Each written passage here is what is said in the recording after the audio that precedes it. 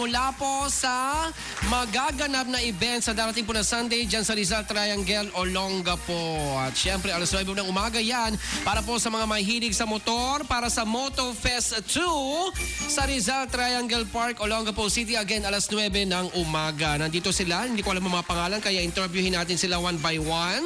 At unahin na natin si Sir. Sino ba dapat nating unahin sa inyong dalawa? Medyo Jack and Poy po kayo. Oo. Yan, sumunod naman sila. Oo. Masunuring mga bata ito. Ayan, unahin natin si Kuya. Siyempre yung mas older. Charot! Unahin natin yung mga nakakatanda. Siyempre, di ba? Di ba? Bilang pagrespeto na Bilang pagrespeto na rin at biglang pagbugay-pugay.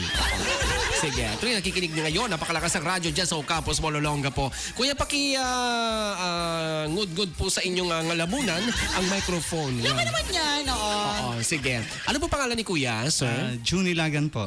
June Ilagan. June Ilagan reporting. Di ba? Parang reporting yung pangalan, no?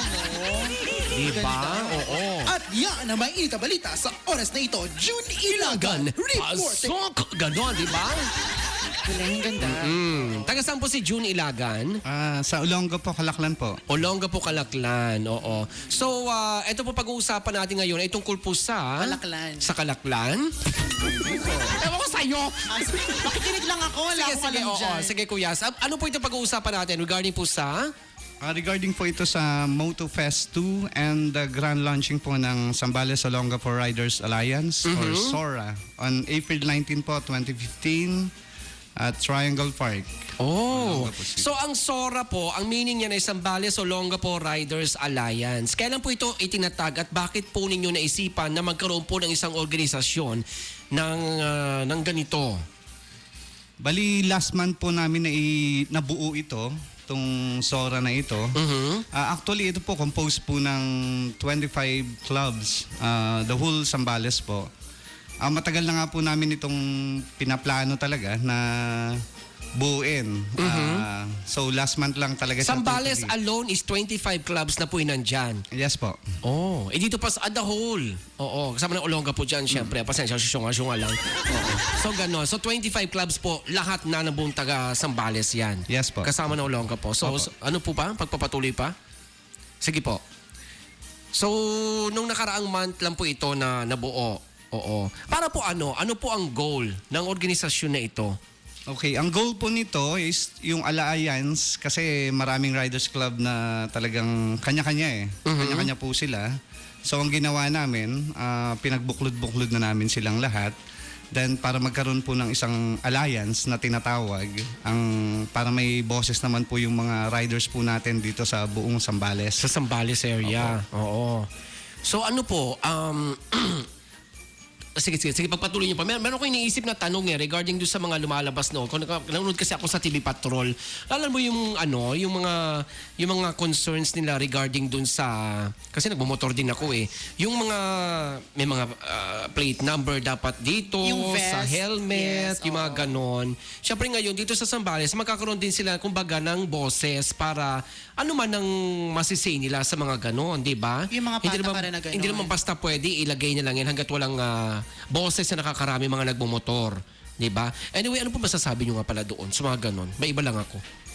Actually po, pagdating po kasi sa mga rights ng motorcycle riders natin, kailangan rin nating ibase yon kung kaya nyo yan, Kuya. Oo. Ilabas nyo po yan. Hindi lang yun kung saan yung karapatan niya mismo hindi masasagasaan. Correct. Actually, yung mga vest na yun, hindi kailangan yun eh. Ang kailangan natin is police visibility. Correct. Sa best pa lang yun di ba meron ding pinag-usapan na yung kung hindi mo ka mag-anak, bawal isakay sa motor. Yung mga ganon-ganon, di ba? Pumasok rin yun kung saan umalma lahat ng mga Riders Association sa Pilipinas.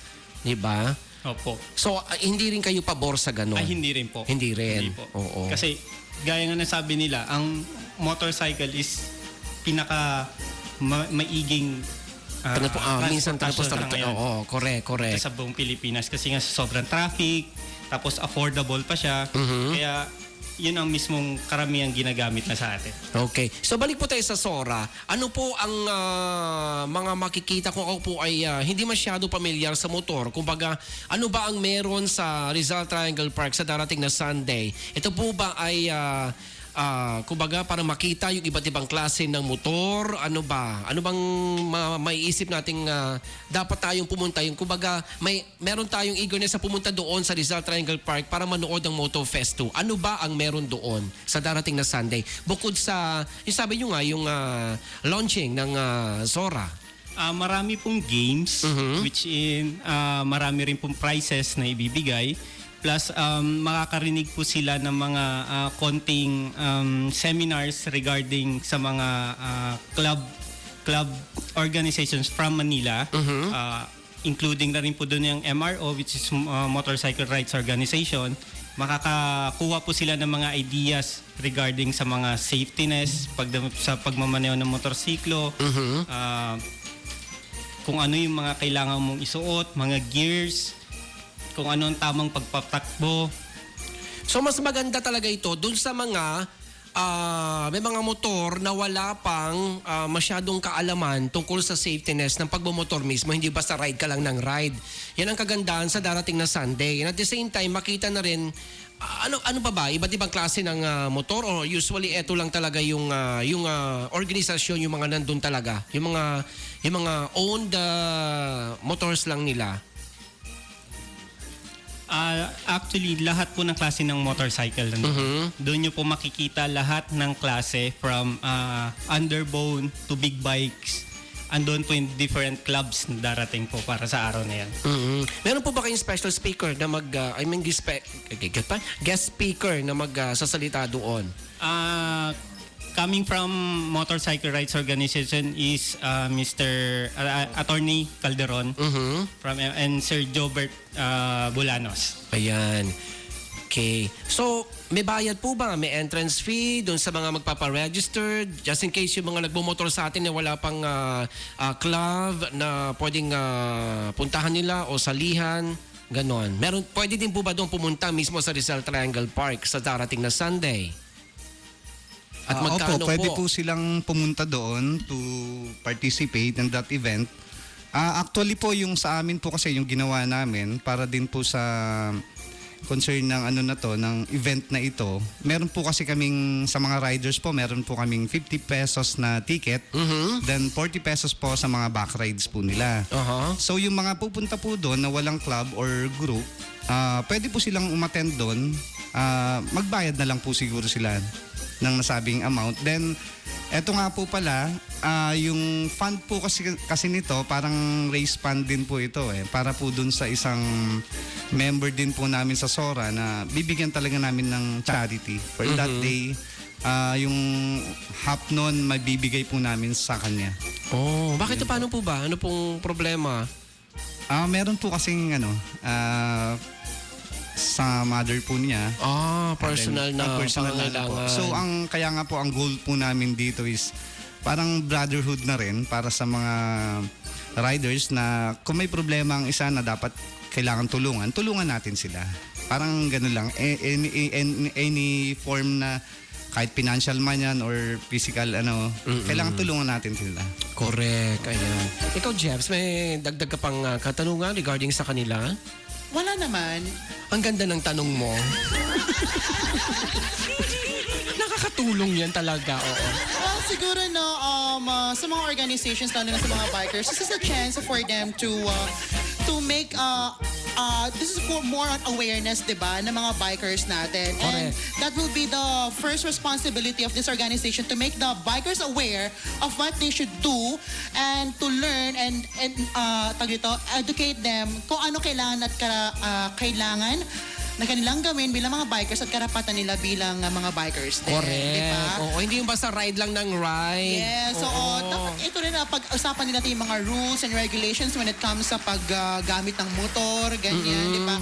Hindi lang tayo magpapakita ng mga iba't ibang klase ng mga motor doon, pero ipapakita natin kung ano ba ang kahalagahan. Oo, yung attitude or personality ng isang bikers dapat. Na diba? pagkakaroon ng isang motor. To promote Yun, safety, ganyan, and everything, to follow follow the rules, the traffic rules and regulations.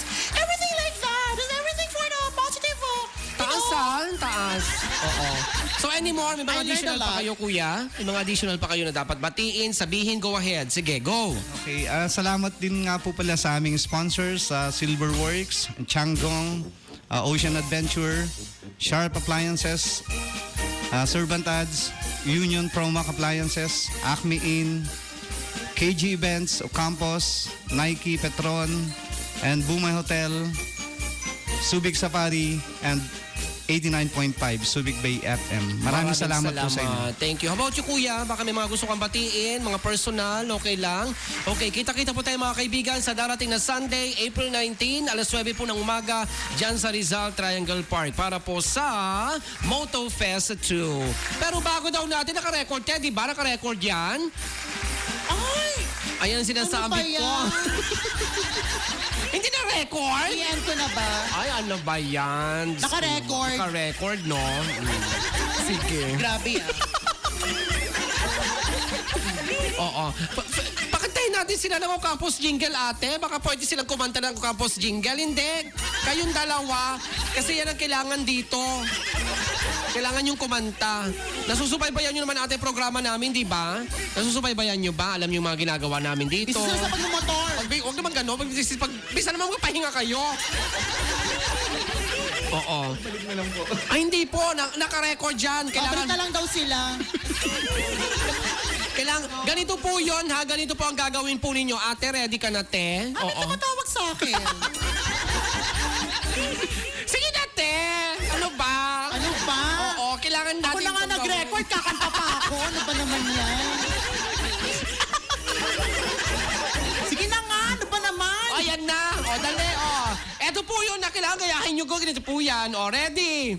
O, Campos Mall is for the whole family. Tin, tin, tin, tin, tin. Ganun po. O, ready na po ba kayo?